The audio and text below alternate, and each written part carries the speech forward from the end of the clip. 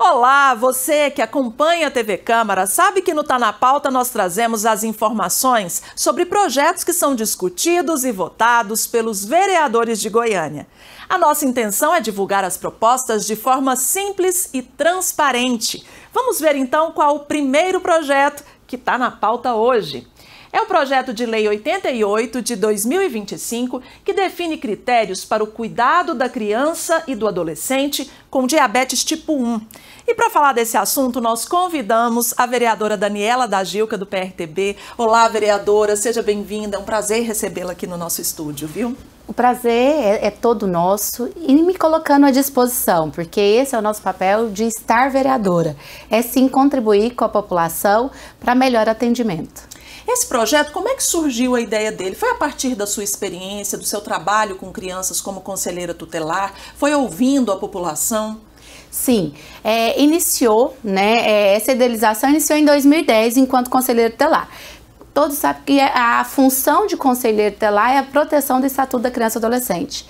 E a maior dificuldade enquanto conselheira tutelar era falar, para a escola, principalmente referenciando a criança com diabetes, isso já com o diagnóstico, porque a mãe muitas das vezes era impedida de levar uma alimentação diferenciada a criança que já tinha diabetes tipo 1. E isso foi crescendo e hoje, no ano de 2025, tendo a oportunidade de estar vereadora, ouvindo uma fala de um colega vereador que falou da diabetes silenciosa, que a sua criança foi diagnosticada e assim, por um check-up, não era uma coisa que veio um sintoma e ali eu levei no médico e teve a diabetes tipo 1. Então foi uma forma da gente falar, opa, peraí, enquanto parlamentar, eu preciso mostrar para a educação, principalmente na base, que são CMEIs e escolas, enquanto escolas escolas municipais, e claro, a gente quer fazer uma extensão de divulgação para escolas estaduais e escolas privadas da importância do diagnóstico. Porque a importância do diagnóstico faz com que a gente consiga, sim, dar uma melhor qualidade de vida, uma melhor prevenção e um melhor cuidado com a doença. Vereadora, antes de nós detalharmos o seu projeto, nós vamos ver um trecho de uma entrevista feita com a doutora Jéssica França, que é endocrinopediatra do HMAP, e ela vai explicar para a gente um pouco mais sobre a diabetes tipo 1. Vamos ver. O diabetes mellitus tipo 1 consiste em uma doença autoimune que é caracterizada pela destruição das células beta-pancreáticas, que são as células do pâncreas responsáveis pela produção da insulina. E essa destruição vai causar uma deficiência absoluta, total da produção de insulina, e esse paciente vai ter uma dificuldade em metabolizar a glicose.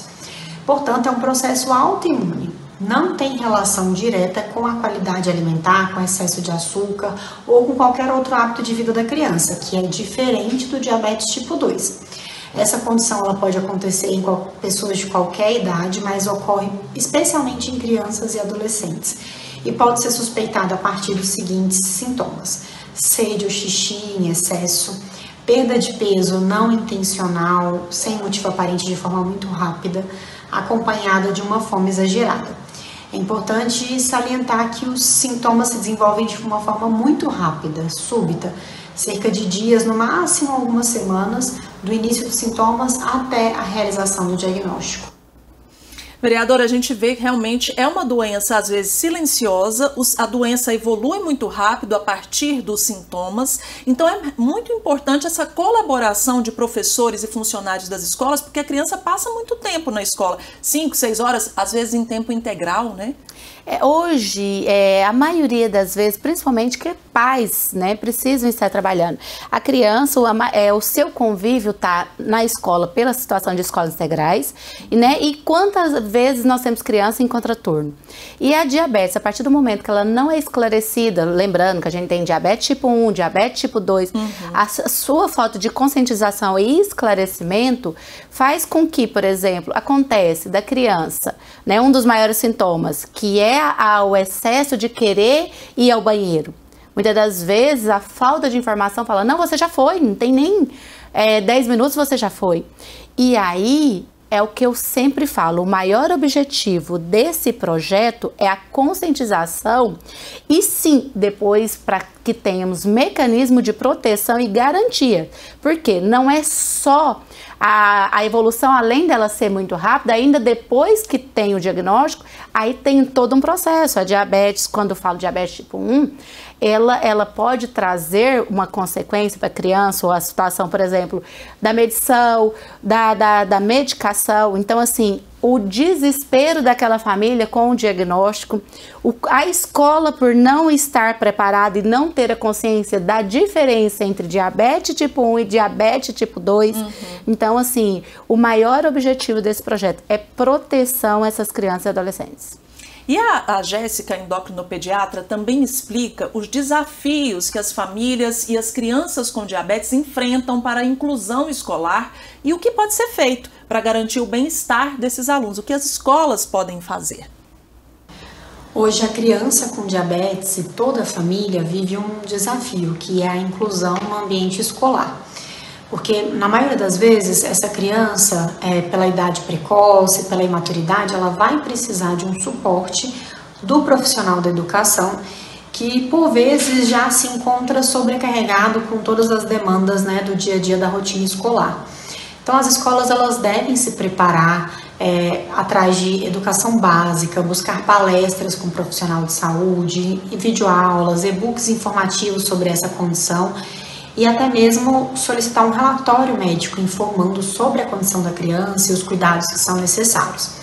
Além disso, a escola deve prover um local seguro e reservado para a criança realizar a aplicação de insulina e deve também acompanhar, supervisionar essa administração, deve atender às particularidades dessas crianças que, na maioria das vezes, elas vão precisar de mais idas ao banheiro, vão precisar sair mais para beber água.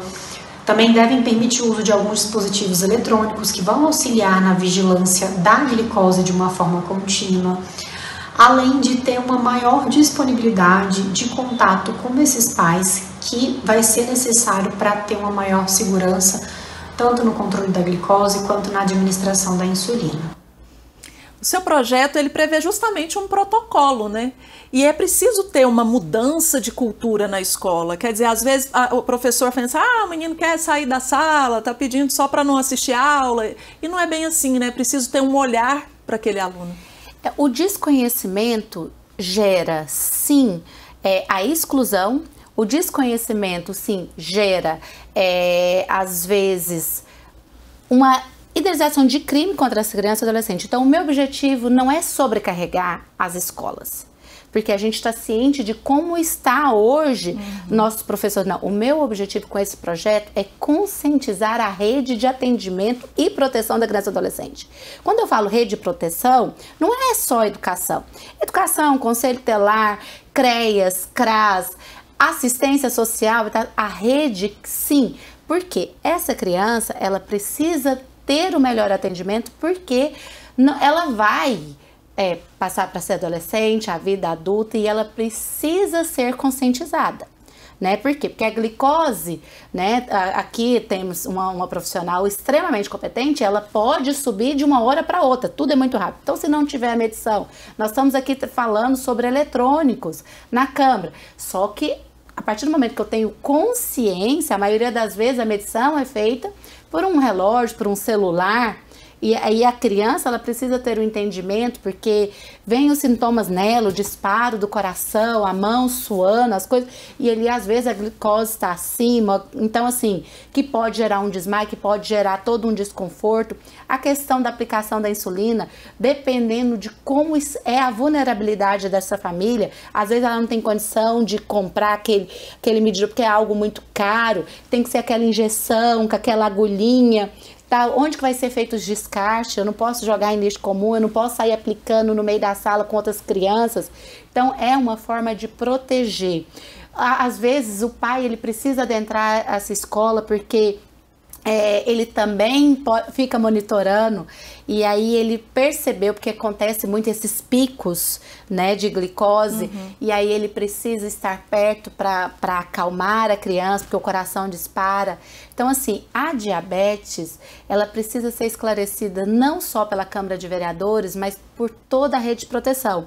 Por quê? Porque esta criança, a partir do momento que ela precisa ser esclarecida, tendo 4 anos, o que pode, o que não pode, até onde ela pode ir, se ela tá com vontade de ir no banheiro, ela precisa explanar essa situação para a professora precisa estar entendendo que ela tem um diagnóstico de diabetes e precisa estar indo, lembrando a criança, às vezes, onde que entra a escola, né, criança, vamos tomar água? Não vê você tomando água. Às vezes, o que acontece? Às vezes não é a sede, é a boca seca. Que às vezes a criança é tão pequenininha, não sabe nem se expressar direito, né? E realmente, a gente tá hoje precisando cuidar um dos outros.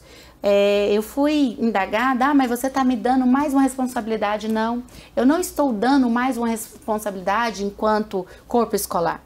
Eu estou trazendo para o corpo escolar a função empatia, da gente cuidar um do outro, né? Ciente que você vai ter liberdade de falar, opa, eu tenho na minha escola 8 crianças com diabetes. Eu preciso trazer profissionais para falar para as outras crianças o porquê que eu vejo ela tomando injeção, porque uma criança não sabe que aquilo ali é uma insulina, acha o tempo todo que ela está tomando uma injeção.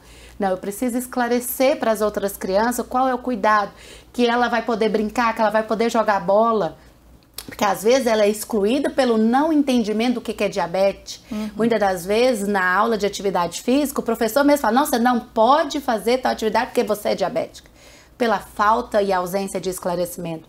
Então, é fazer com que a rede funcione, porque não adianta só eu falar, né, aqui enquanto projeto o que é diabetes. Não, eu preciso estar dentro da escola. E quem tem diabetes, ela não tem que ficar o tempo todo explicando, não. Então, os profissionais de saúde, eles vão poder ser notificados, ser chamados para contribuir e melhor atender. Não só a escola, mas essa criança que ali está.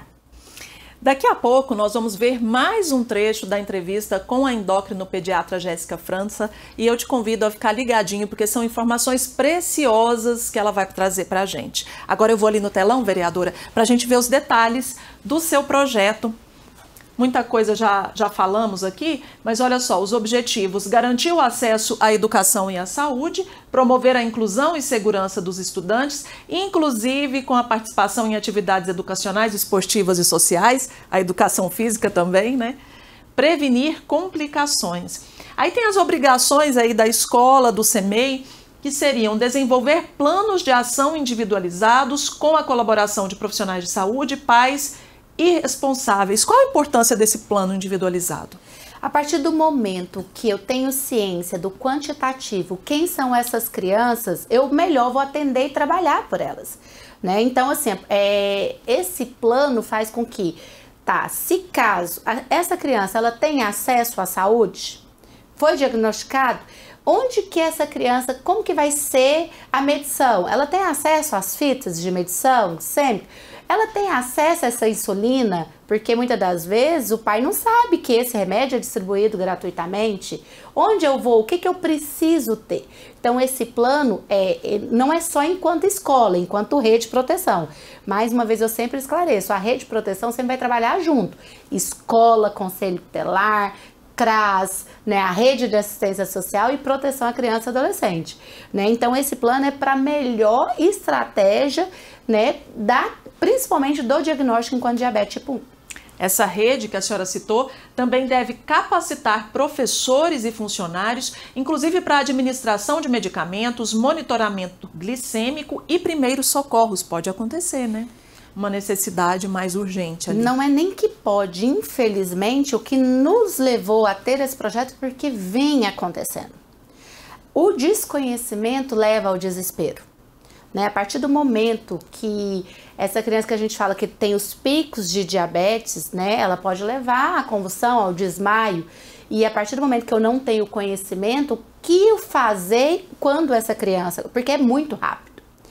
Não só o diagnóstico, mas os picos que a gente, a profissional de saúde vai poder esclarecer melhor. Então, a partir do momento que eu tenho capacitação com profissionais de entendimento, eu melhor vou atender. Ah, Daniela, mas eu vou ter que aplicar a medicação nessa criança? É mais uma função, além de eu estar dando aula, eu vou ter que aplicar? Não, eu preciso estar ciente. Mais uma vez, eu estou fazendo um projeto de colaboração. Se eu não posso aplicar, eu tenho que liberar pessoas para que possam. Essa criança precisa estar ciente. Em maioria das vezes, crianças de CMEI que não sabem fazer a aplicação da insulina. Que o pai possa entrar, que o pai algum profissional pode aprender e se responsabilizar por isso. Que tenha o livre acesso, né? Que seja orientado. Né? Esse projeto só está começando. Futuramente a gente quer sim altas tecnologias para que essas crianças tenham o direito também de ter esse acesso. Aí vamos citar um grande exemplo que essa semana está muito bem falado, que é o filho da Marília Mendonça, que está tendo acesso a um aparelho que veio dos Estados Unidos, que é uma alta tecnologia, que aplica, ele mede sozinho a glicose ali e ele já solta isso. Então assim, a gente precisa também, né, que essa tecnologia, que essa também chegue nessa criança. Então assim, mas eu preciso falar dessa criança que muitas das vezes está na rede municipal de educação, que está em situação de vulnerabilidade. Muitas das vezes a família não tem nem diagnóstico, porque ela não fez um check-up, ela não foi no médico, aí a criança teve um pico, desmaiou, veio o desespero, não houve o cuidado. Aí chega, às vezes, na unidade de saúde, naquela emergência, às vezes é confundido com uma virose ou uma situação, porque tem que medir. A diabetes, ela é tão silenciosa que eu tenho que fazer medição. Eu preciso entender, a glicose está alta, ela está acima do normal? O que levou a? Porque, né, há uma predisposição à diabetes? Não, eu estou com diabetes? Então, assim, não é fácil.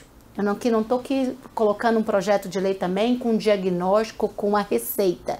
Não, eu estou aqui propondo sim que a gente proteja com melhor informação, com melhor planejamento, mas que a gente salve vidas. Porque essas crianças, infelizmente, estão morrendo. Infelizmente, está muitas das vezes nessas unidades sem estruturação, com sobrecarga de trabalho. A saúde sem ciência que essa criança está, então ela não adentra, ela não esclarece, e os pais perdidos no processo. O que fazer? Eu chego no CMEI, as portas estão fechadas, eu não posso estar entrando o tempo todo. Mas o professor não quer fazer a aplicação da dose, não. Então qual que é a estratégia? Qual que vai ser o plano de ação? E não é um plano de ação que eu tenho que fazer só para criança com diabetes. Esse projeto é uma forma de eu acender uma lâmpada e falar assim, peraí, e a outra criança que tem um outro diagnóstico? Vamos lá, vamos falar de uma criança autista? Ela também tem que tomar as medicações em tempos corretos. Então, esse planejamento, ele vai fazer com que a rede fale, opa, peraí, eu tenho outras crianças com outros diagnósticos que eu preciso também melhor me planejar e melhor atender, né? Tanto na unidade básica de saúde como na rede municipal de educação. A gente entende essa sobrecarga, mas a realidade está batendo ali na porta. Essas crianças não podem ficar ao léu ali, né? Vamos ver aqui mais algumas obrigações. Oferecer as condições, isso aqui nós já falamos, oferecer as condições para o autocontrole glicêmico, quer dizer, o aluno que consegue fazer isso, que ele tenha condição de fazer a medição. O acesso à alimentação adequada, armazenamento de suprimentos e descarte adequado de materiais. Nesses locais, geralmente a merenda é oferecida pela unidade. E muitas vezes a família, como você citou, está em situação de vulnerabilidade, não tem condição de mandar ali o alimento. Como é que faz? Porque e se o alimento ali não é adequado para essa criança? Hoje, isso eu quero até parabenizar. As escolas municipais e as unidades de CMEI, elas têm todo um acompanhamento nutricional. Né? A partir do momento que a própria direção da escola teve a oportunidade de fazer essa compra e tem todo um treinamento, né? O melhor servir a essa criança com alimentos nutricionais está de qualidade. Só que eu preciso entender que ele é um diagnóstico de diabetes. Que muitas das vezes o arroz pode levar um pico. Se aquela criança já está ali com um alto índice glicêmico alto, ao comer aquele arroz ela vai piorar. Então assim, eu preciso sim ter as dosagens, quais vai ser os horários, eu preciso entender o processo daquela criança naquela semana, porque a diabetes, ela é assim, ó, ela é o tempo todo. Então, a partir do momento que eu entendo, é a escola estar preparada para também ter fazer uma essa adaptação diferenciada. Não é excluir essa criança. Não, você, mãe, vai trazer uma marmita. Muitas vezes ela não tem nem na casa dela. Não tem condição. Muitas das vezes a criança, todas as refeições, e eu provo isso enquanto fui conselheira tutelar, é feita na unidade escolar. É feito. Um dia eu cheguei numa mãe e falei assim, mãezinha, por que a sua criança tá vindo com a roupa que ela vai lá? Porque lá em casa não tem água, ela toma banho aqui. Isso a gente escuta enquanto relato no conselho tutelar. Então imagina, né? Alimentação. Então, assim, a escola ela tem que estar preparada. Hoje nós temos escolas competentes nisso e é melhor oferecer, né, essa alimentação. Se naquele dia, né, vai ter um bolo de chocolate para aquelas crianças, mas existe aquela criança com diabetes, existe meios para melhor atender aquela criança. Comunique aos pais. Às vezes os pais vão dar também mecanismos, se eles tiverem condição, para te auxiliar. Ou às vezes o próprio corpo escolar que tem um coração, e isso eu posso com excelência dizer. Meus filhos ficaram nessas unidades. Eles têm um coração, eles arrumam sim condições para melhor atender sem excluir. E aqui também estabelecer protocolos de emergência para crises de hipoglicemia e hiperglicemia, promover a conscientização com campanhas, palestras e informação, foi o que a senhora já falou um pouco antes. E as famílias também têm que colaborar nesse processo, né? Informando sobre o diagnóstico, ajudando a construir o plano de ação individualizada, provendo suprimentos e medicamentos para o tratamento e comunicando o estado de saúde do estudante. Como a senhora falou, é uma verdadeira rede realmente, né? Para ajudar essa criança na qualidade de vida, a ter um bem-estar e a ficar saudável. Como a gente precisa realmente de uma rede de proteção funcional. A partir do momento, não se constrói um plano sozinho. A família, ela tem que ser peça fundamental. Por quê? Porque a escola ela não tem o poder de levar numa unidade de saúde para o diagnóstico. A escola, ela também não tem uma bola de cristal. Ela precisa estar ciente do diagnóstico. Ela pode contribuir. Olha, mãezinha, a sua criança foi 4, 5 vezes no banheiro. A sua criança o tempo todo com sede. São sintomas, atenta. Isso pode contribuir com os pais. Mas os pais, a partir do momento, porque tem pais que escondem o diagnóstico. A partir do momento, fica difícil, né? Fica difícil. A partir do momento que os pais têm a suspeita, levar na unidade de saúde, a partir do momento que tem o diagnóstico, levar para o conhecimento da escola, para que esse plano seja, o que o médico disse? Quais são as restrições alimentares? Quais são as restrições de atividade? Porque pode ter, pode não ter, mas também pode ter restrições de atividade, né? Porque quando eu falo de hiperglicemia, é alteração. Eu tô aumentando ou às vezes eu tô diminuindo? O que leva o desmaio ou uma crise convulsiva? Então, assim, quais foram as orientações médicas? E esse pai precisa ficar atento. Se os pais às vezes não têm condição, a escola também tem que ajudar, falar assim, paizinho, pede o médico para escrever para mim, porque às vezes a mãe chega também na escola e fala assim, eu não entendi nada do que o médico falou. Aí eu falo, escreve.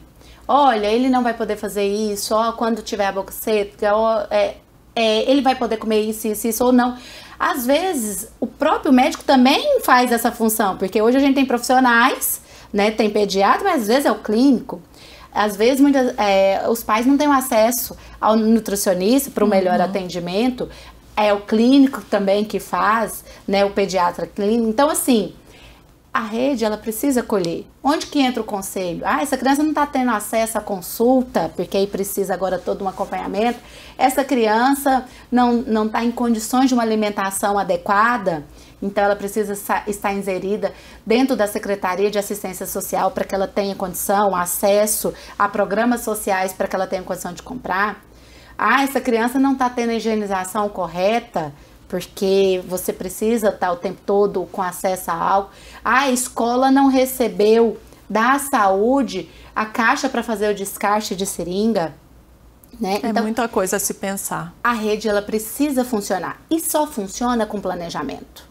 Se eu tenho ciência que a nossa escola tem crianças com diabetes, é colocar a família para dentro da escola, é fazer com que esses profissionais saibam o que é diabetes. Não é desesperar. Por mais que venha o desespero quando uma criança tem um pico glicêmico e desmaia na sala. Mas o que fazer nessa situação? Vou ligar para o pai, vou ligar para a SAMU, vou pôr ela no meu carro e vou sair correndo? Esses profissionais de educação, eles precisam ser treinados, capacitados para melhor entendimento, porque isso pode acontecer. E não só uma vez, pode acontecer muitas das vezes. E quando eu não tenho conhecimento, eu vou desesperar outras crianças, eu vou conduzir, eu posso levar assim as sequelas dessa criança com diabetes. A rede não sabendo do que está acontecendo, enquanto órgãos de proteção, porque aí eu posso sim, a partir do momento que tem ausência do Estado e a ausência da família, isso pode virar ato criminal, isso pode ser criminalizado. Se essa criança não está tendo acesso à saúde, eu preciso acionar o conselho tutelar, porque essa criança precisa, às vezes ela está tendo picos, porque ela não está tendo acesso à saúde, ela não está tendo acesso à medicação. A ausência de acompanhamento faz também, né, a ausência do poder público faz também levar essa criança à morte. Então, assim, essa escola não está preparada para essa criança. Eu preciso acionar a rede. Peraí, por que não está preparada? Não, porque não tem recursos para uma alimentação diferenciada. A secretária municipal está ciente que tem quantas crianças? Né? Hoje a própria escola compra alimentação, por que não tá? A gente precisa falar de um orçamento diferenciado, aí entra a minha função enquanto parlamentar, né? Eu preciso falar por que aquela escola tá com tais crianças, tantas crianças e não tem acesso. Vamos falar de um orçamento suplementar? Vamos falar de melhores condições de atendimento a essa criança? Vamos levar nutricionista para dentro dessas escolas? Vamos levar profissionais de saúde dentro das escolas? Vamos reunir esses pais que têm essas crianças e adolescentes com diabetes para melhor buscar tecnologia para atender?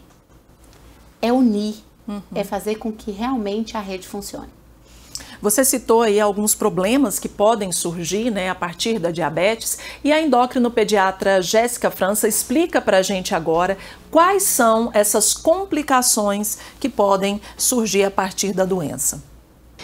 Em relação às intercorrências que podem vir a acontecer no ambiente escolar, mas também fora dele acontecem a todo momento, seriam as hipoglicemias e hiperglicemias, onde a hipoglicemia é uma queda da glicose plasmática, da glicose do sangue, e essa criança ela apresenta sinais como tremores, sudorese, suor frio, palidez, pode ter uma fraqueza, algum nível de alteração do nível de consciência, até mesmo desmaios, convulsão, e deve ser ofertado um açúcar de absorção rápida para esse paciente, né, que é o tratamento da hipoglicemia. Suco de laranja, um refrigerante não diet contém açúcar, ou mesmo uma água com açúcar, o que tiver mais fácil disponibilidade.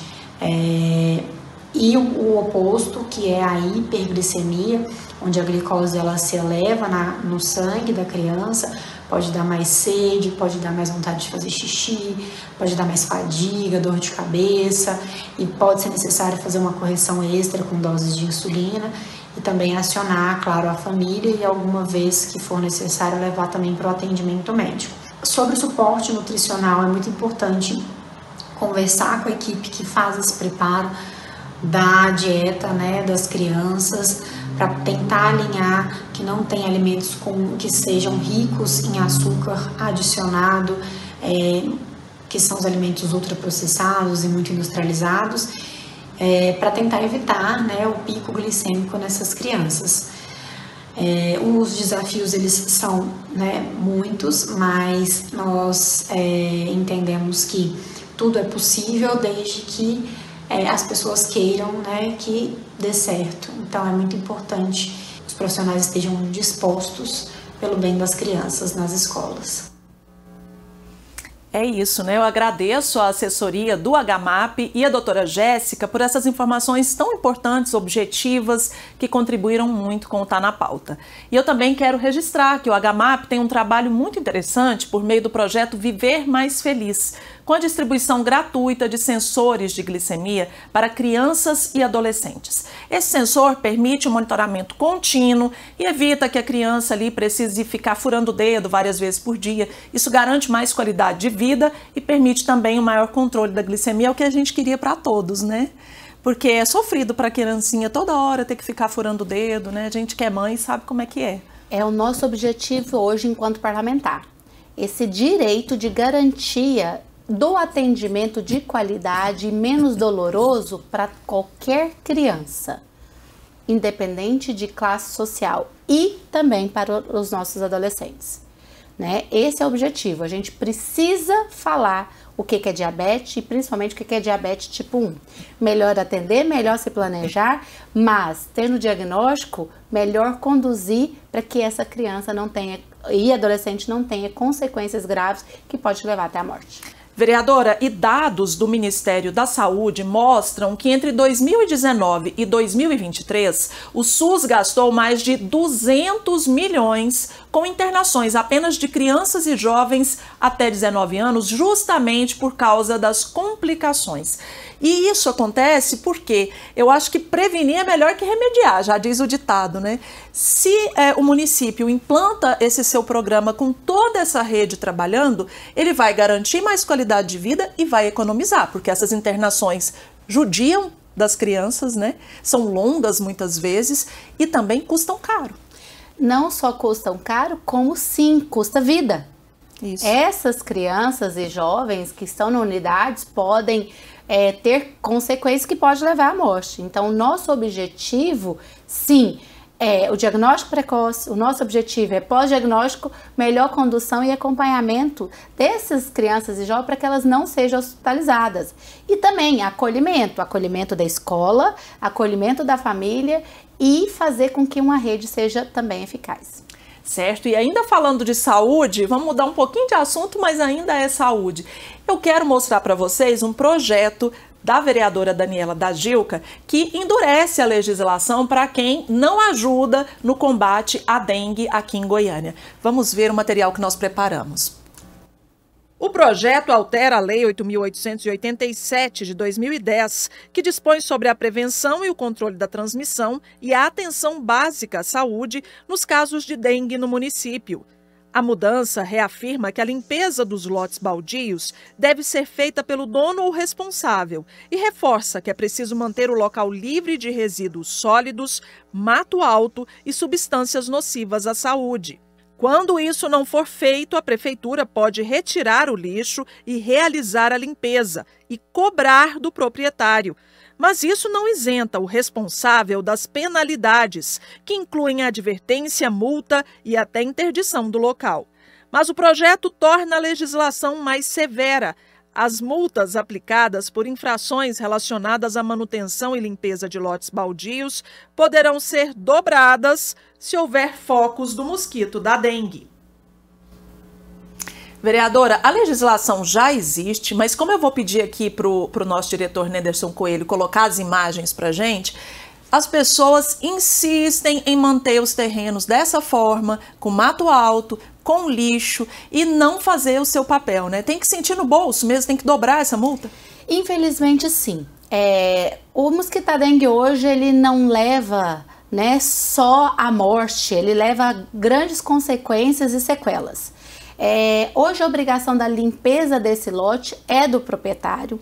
Isso a gente está falando muito sobre a limpeza de Goiânia, a gente falou muito sobre a questão de como que está o município em Goiânia, mas eu não estou falando só de lotes baldios que estão do lado de residência, eu estou falando de lotes baldios que estão do lado de escolas, de CEMEI, de hospitais, que o mosquito da dengue ele pode levar sim à morte. Né? Ele leva à morte. Então, a partir do momento, né, uma tampinha de garrafa escondida no meio deste mato, você não acha, e ali se prolifera vários e vários mosquitos. Não é o quantitativo de agentes de endemia, Né? Como é que um agente de DEMIR entra num lote desse? Como é que um agente de DEMIR, então aí a sua casa tá limpinha, os vasos tá lá com a areia certinho, bonitinho, mas do lado da sua casa tem um lote baldio com mato maior do que a casa.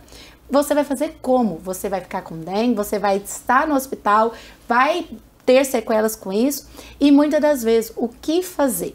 É sim, infelizmente, não é o que nós parlamentares queríamos, né? Porque eu sou muito contra quando a gente fala sobre taxação, mas quando eu falo de um lote baldio com esse tipo de condições que aí mostram as imagens, sem nenhuma estrutura, sem nenhuma edificação, então provavelmente a pessoa ela tá com esse imóvel garantindo para que ele tenha condições de limpar, porque provavelmente ele tem um imóvel.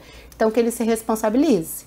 Ele se responsabilize na sua limpeza. Então a penalidade é para falar, eu quero menos morte. Não é que eu estou querendo taxar. E eu gosto até de aproveitar esses meios de comunicação e esclarecer, mas o município não está fazendo o seu papel de serviço público. Os lixos também não estão sendo recolhidos. Há muitos lixos nas ilhas, sofás, pneus. Eu também preciso responsabilizar. Eu também preciso entender o que está levando essas pessoas a jogar um sofá, sendo que nós temos vários ecopontos no município de Goiânia. Eu preciso entender e responsabilizar o poder público também pela sua ausência, mas eu também preciso me responsabilizar como pessoa, né, dentro de um espaço coletivo que se chama sociedade, para que o outro, ter empatia ao outro, não leve ele à morte. Né? Então, assim, esses lotes estão do lado de residências, esses lotes estão do lado de hospitais, de unidades de educação, e muitas das vezes com vários focos de mosquitos que o agente não consegue entrar para ali, né, recolher essas PETs, recolher essas tampinhas de garrafa, recolher esses lixos, recolher pneus. O que a gente mais encontra nesses locais são pneus, são sofás e, infelizmente, aquela tampinha pequenininha mesmo, parece de garrafa, inofensiva, que humanamente é impossível de encontrar, mas que pode levar à morte, porque ali é uma proliferação de mosquito, de muitas pessoas. Nós tivemos dentro do município de Goiânia uma endemia de dengue. Não faz pouco tempo, agora nós estamos com endemia de doenças respiratórias. Logo, logo nós vamos começar novamente a ter, né? E vamos voltar a ter pessoas com dengue. Peraí, o que está levando? Eu estou cuidando da minha casa, mas e do lado da minha casa? O proprietário tem que cuidar do lote. Né? Então, assim, é uma mudança na legislação para falar.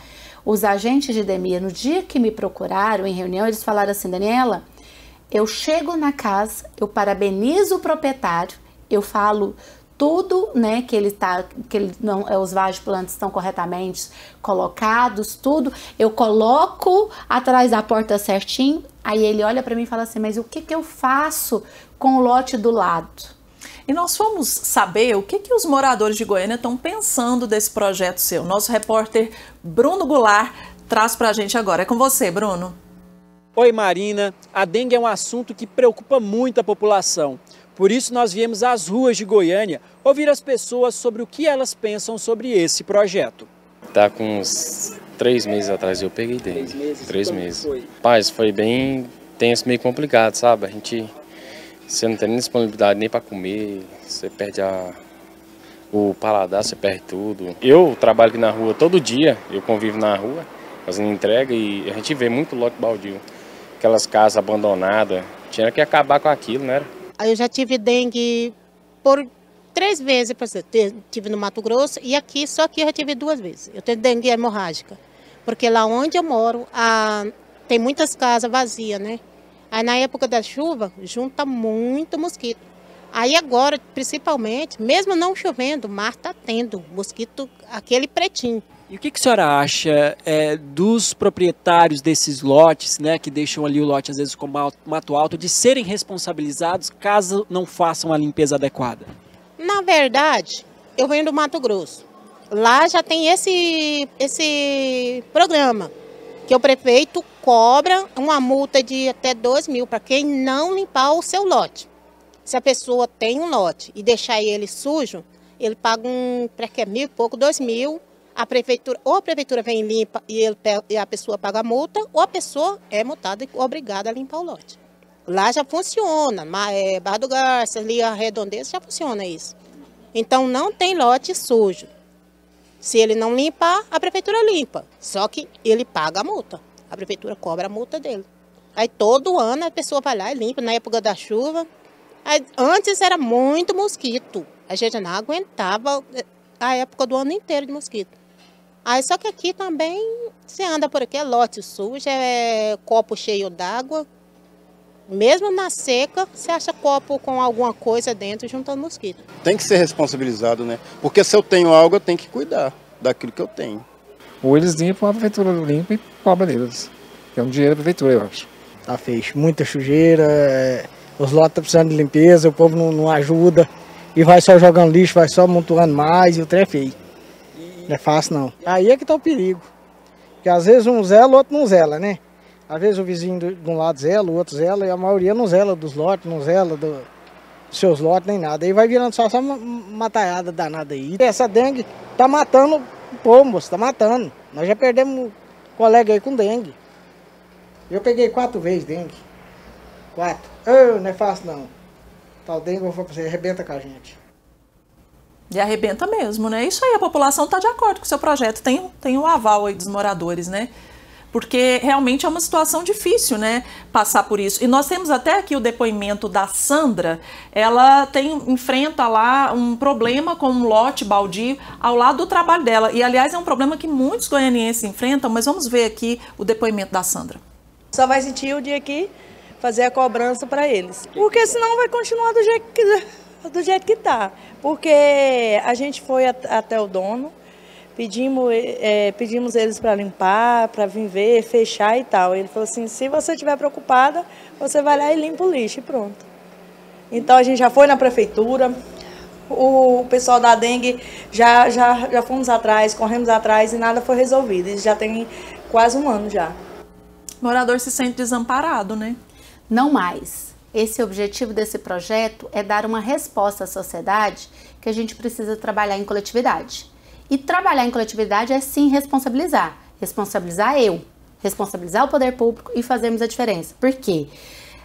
Dengue leva à morte, dengue leva a grandes consequências e sequelas, né? Sem falar do desconforto e a dor. É horrível. Né, tive dengue, eu não quero ter mais nunca. Eu também não. Né? Então, assim, eu cuido da minha casa, mas eu fico de olho. Graças a Deus, onde eu moro não tem um lote baldio do lado da minha casa, mas eu fico de olho na praça. Eu fico de olho na praça, porque eu tenho uma praça. Então, assim, essa importância desse projeto também não é só responsabilizar os donos de lotes, é também falar ao poder público que, a partir do momento que eu tenho esses lotes, a pessoa vai ser responsabilizada, a prefeitura vai limpar, mas eu também vou cuidar das minhas praças. Eu vou conscientizar a população. A população, a partir do momento que vê resultado.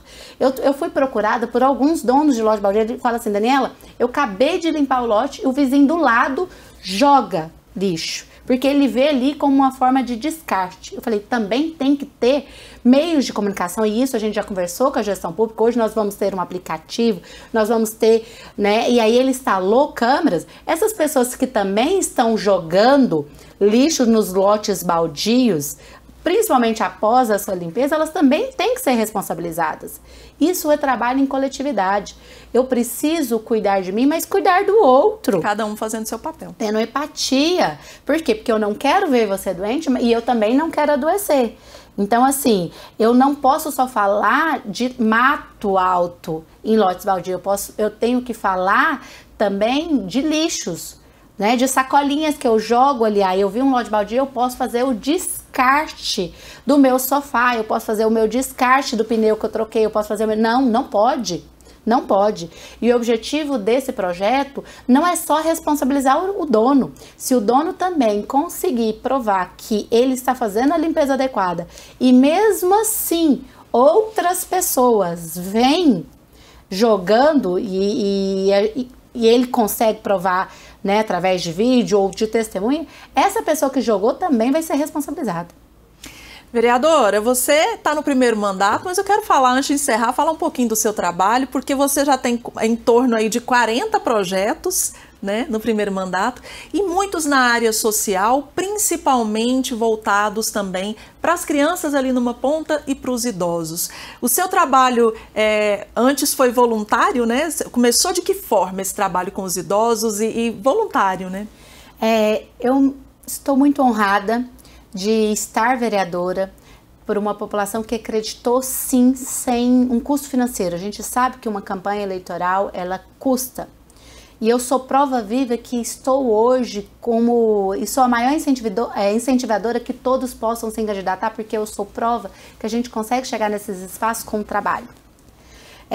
Fui nascida e criada dentro de uma instituição, por isso sim sou defensora do terceiro setor, que vem fazendo um papel, né, que muitas das vezes seria de obrigação do poder público, faz uma grande diferença. Essa instituição é a Associação dos Idosos Balneário. Essa instituição foi fundada pela minha mãe. Eu sou Daniela da Gilca, Gilca é a minha mãe. A gente tem uma imagem dela aqui, vamos mostrar, diretor? Isso, tá aí a Gilca, a mãe da Daniela. É linda, né? Linda. Eu falo que ela é o melhor de mim. Quanto me honra ser Daniela da Gilca. Né? Me perguntaram se eu ia tirar o nome da minha mãe a partir do momento que eu me tornasse vereadora. Eu falei assim, não. O meu maior objetivo de ser Daniela da Gilca, que quando a gente nasce, a gente aprende que a única coisa que a gente tem de mais importante se chama nome. Então, o meu nome, Daniela, é muito importante. Levar o Gilca e meu nome é dizer para a sociedade que eu não estou aqui para me corromper, que eu estou aqui para trabalhar. E esse é o motivo, sim, com 6 meses de mandato, eu já ter 40 projetos apresentados. Não porque eu fico buscando, não. São 40 projetos eficazes e bem estudados por uma equipe para melhor atender a população. E levando a vivência. Por quê? Porque a partir do momento que eu sou criada dentro de um projeto social, trabalhando com 2 extremos, que é criança, adolescente e idosos, é eu trazer voz a essa população que não é vista. O idoso, por exemplo, dentro do município de Goiânia, ele não é enxergado. Por quê? Todos nós queremos envelhecer, mas não queremos falar do envelhecimento. Não queremos falar que eu tenho 60, 70, 80. Prova viva disso temos 44 instituições de longa permanência, conhecida como abrigos, todos com superlotação. Se hoje você falar assim, Daniela, tem uma vaga? Não temos. E não é em Goiânia, é no estado de Goiás, nas suas 213 unidades. E aí, o que eu estou fazendo? Eu estou preparada para envelhecer? Eu, Daniela, hoje aos meus 39 anos, eu tenho políticas públicas voltadas para o envelhecimento? O terceiro setor está preparado para o melhor atendimento, né, dessa população, da criança e adolescente? Hoje, qual instituição que a gente tem municipal para uma criança que muitas das vezes foi vítima de violência sexual e tem que ser retirada do SEI? Nós não temos um abrigo também para criança. São 2 extremos que precisam ser enxergados por esse parlamento. Então eu estou aqui representando sim essas pautas para que tenhamos sim projetos eficazes para que essas pessoas sejam enxergadas, lutando em causa própria. Eu quero chegar aos meus 60 anos bem, envelhecendo, tendo garantia de direito, e que se a minha família não tenha condição, porque possa não ter condições de cuidar de mim, que o município, que o poder público tenha condição para que eu chegue sim aos meus 110 anos. E nós separamos até um vídeo da vereadora Daniela da Gilca no Forró dos Idosos, toda animada. Você se sente realizada fazendo esse trabalho, né? Dá pra ver. Não só me sinto realizada, como eu sigo a música. Fico sorrindo à toa, porque estar em convivência, né? Seu João, 96 anos, né? Ter a oportunidade de viver e vivenciar as suas histórias, né? Dançando, cantando, feliz, fazendo vivendo, leis.